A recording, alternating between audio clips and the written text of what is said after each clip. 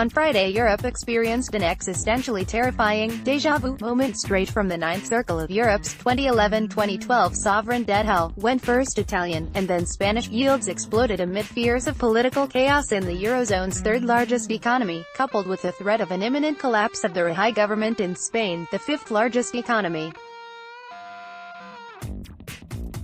But while Spain is a late entrant to Europe's political chaos soap opera, although with both LPs,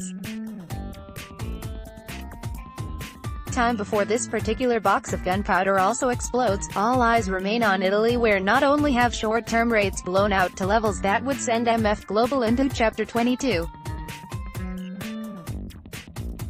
but the BTP bund spread exploded well beyond Goldman's contagion threshold of 200 bits per second. While the scariest chart of all revealed that Italian redenomination risk is now at an all-time high, reflecting the reality of Italy's mini-bought parallel currency concerns. However, if it was the market's intention into scaring Italy's political system into submission, the same way it did in 2011 when the ECB got Silvio Berlusconi to quit in just a few days as Italian bond yields exploded, it has failed, and according to the latest development in Europe, the Italian crisis may be about to get much worse. Newly appointed Italy Prime Minister Giuseppe Conte. For those who missed it, Italy entered the weekend with the country deadlocked in what may be a Euro-defining clash whether Eurosceptic Professor Paolo Savona, strongly endorsed by the League Party, is allowed to become the country's next economy minister. Here are the latest troubling details from Leonardo Carella. The nomination of the designated finance minister, Paolo Savona, is being held back by the President of the Republic, a prerogative he formally has but that has rarely been exercised, reportedly over Savona's anti-EU views. From President Mattarella's point of view, Savona, an 82-year-old professor who served in championed Berlusconi's administrations, would send the markets out of control and would bring Italy to the brink of open conflict with the EU. From Lega's point of view, the nomination of Savona was one of their major wins in the coalition formation game, and the only guarantee of a strong anti-EU slant to government policy, after the coalition contract sections on Europe were heavily watered down. Salvini just tweeted that he is really angry. M5S is, for now, supportive of their coalition partner. This is how a constitutional crisis begins. The possible scenarios now are, most likely, President Mattarella gives in under public pressure and threat of a new election. If Mattarella's worries are correct, we're in for a rough ride, but the crisis is averted. If Mattarella and the coalition partners hold firm, we may be set for new elections, with M5S likely to repeat April's success and Lega likely to increase its share of the votes, eating up Berlusconi's party. A very unlikely scenario is that Parliament calls for Mattarella's impeachment, as per Article 72 of the Constitution. However, this isn't likely to bring him down as the Constitutional Court has the final word.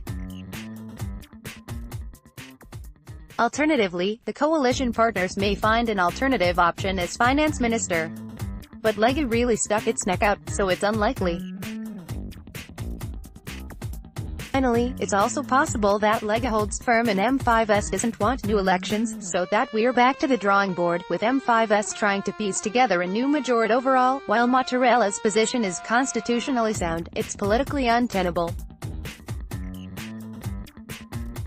There are very high expectations on the new GOVT, and a member of the old guard taking almost unprecedented action to block them is going to play in the hands of M5S and Lega. But the most worrying points are, toxic coup narrative developing in the next days, if the crisis worsens, calls for a show of force, for now limited to a few ultras, will grow louder. Plus, Savona's appointment means Lega is dead serious to face off the EU.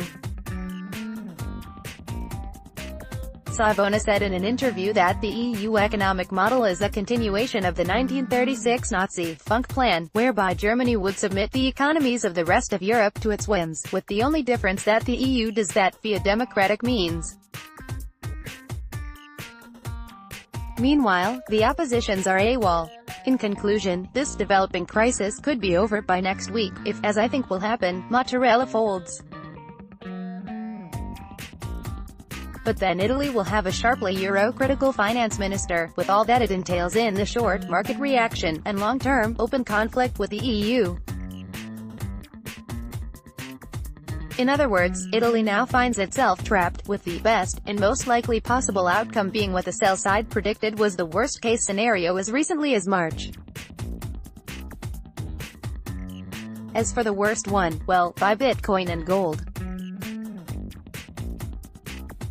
Not surprisingly, in an interview with Welt am Sonntag, that admiral of establishment Europe, and the Euro order, former ECB chief economist Otmar Issing called on Italian media and politicians to stop bashing the euro, saying that the Italians are acting now as if they were dragged into the euro against their will so that Germany could force their exports on them. That's totally absurd. In his defense of Brussels and ECB policies, Issing also said that, in one swoop, the Italians got the lowest interest rates since Julius Caesar without doing much for it.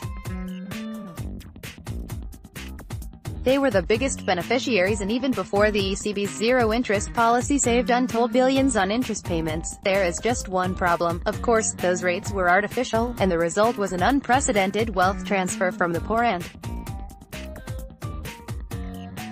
middle classes to the rich, which has spurned the anti-globalization movement, which is manifesting itself right now in precisely the policies that will assure the period of artificially low rates and explode higher, potentially leading to an Italian default. But Issing's punchline was straight, counter, propaganda. Above all, it shocks me with what kind of vehemence it's being spread in the media that Germany and the euro are responsible for the misery, adding that, I have to admit I'm a big Italy fan. When you consider the potential there is in this country, the development is really a crying shame. In case it was unclear, this preachy sermon did not help Germany, or the ECB, any new friends in Italy. Meanwhile, Savona doubled down on his rhetoric, telling ANSA he wants a different Europe, stronger but fairer, and saying that government action will aim to reduce public debt and deficit not through taxes and austerity, but through growth and GDP by boosting domestic and foreign demand. What Europe heard: cutting debt. As for Italy's next steps, we will get an advance preview shortly. Italy's President Mattarella is about to meet with the designated Prime Minister Conte at 7 p.m. local time. Expect things to start moving rapidly shortly thereafter.